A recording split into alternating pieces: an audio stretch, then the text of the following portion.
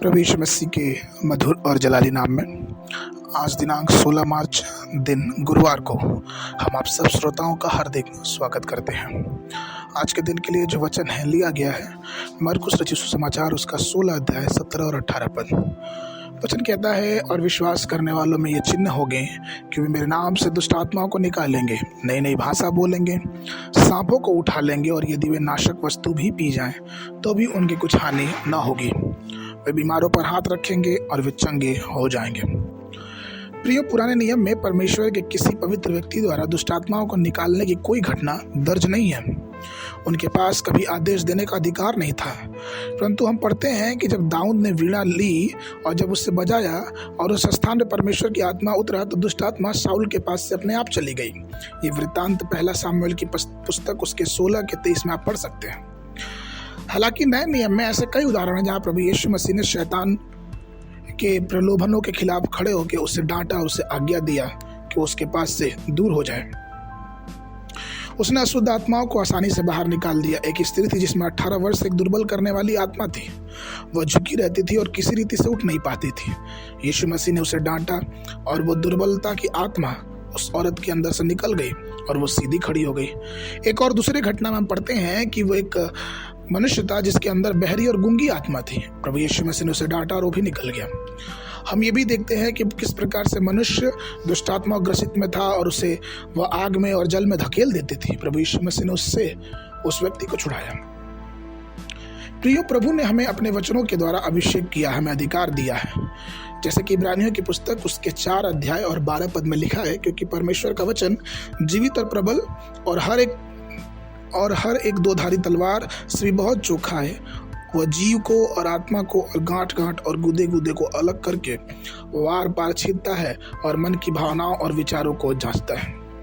इसलिए हमें चाहिए कि हम परमेश्वर के वचन रूपी तलवार को अपने जीवन में ले लें।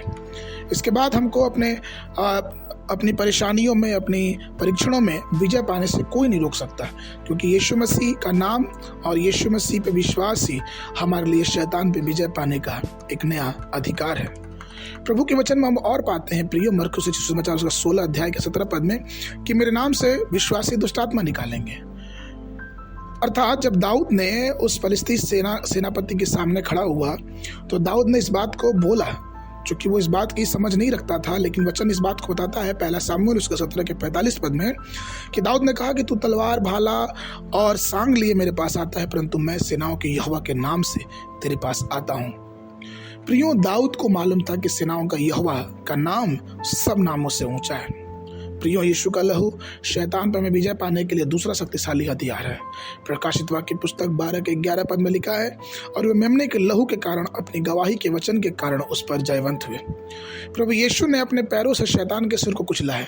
पवित्र शास्त्र इस बात को बहुत ही साफ से कहता है इब्रानियों की पुस्तक उसके 2 अध्याय 14 और 15 पद में, इसलिए जबकि लड़के मांस और लहू के भागी हैं तो वह आप भी उनके समान उन सहभागी हो गया, ताकि मृत्यु के द्वारा उसे जिसे मृत्यु पर शक्ति मिली थी अर्थात शैतान को निकम्मा कर दे, और जितने मृत्यु के भय के मारे जीवन भर दासत्व में फंसे थे उन्हें छुड़ा ले। परमेश्वर ने प्रिय लोगों, यदि हमारे परिवार में आत्मिक आक्रमण होता है तो ना डरे और ना कांपे।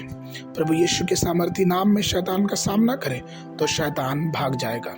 यहोवा ने वादा किया है कि तेरे विरोध कोई भी हथियार सफल नहीं होगा। यशायाह की पुस्तक उसके 54 के 17 पद में परमेश्वर ने यह भी कहा है, गिनती की पुस्तक उसके 23 के 23 पद में, निश्चय कोई मंत्र याकूब पे नहीं चलेगा और न इसराइल पे कोई भावी कहलाने वाला कुछ भी कर पाएगा।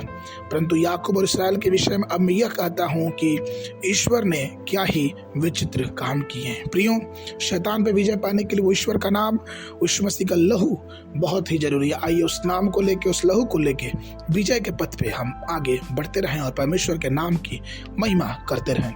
आज के मनन के लिए पहला यूहन्ना की पुस्तक उसका 3 अध्याय उसका 8वां पद वचन कहता है, जो कोई पाप करता है वह शैतान की ओर से है, क्योंकि शैतान आरंभ से ही पाप करता आया। परमेश्वर का पुत्र इसलिए प्रकट हुआ कि शैतान के कामों को नाश करे। बाइबल अध्ययन के लिए सुबह के समय व्यवस्था विवरण की पुस्तक उसका 28 और 29 अध्याय, संध्या के समय मरकुस रचित सुसमाचार उसका 14 अध्याय 54 पद से लेके 72 पद तक। परमेश्वर आप सबको आशीष देवे।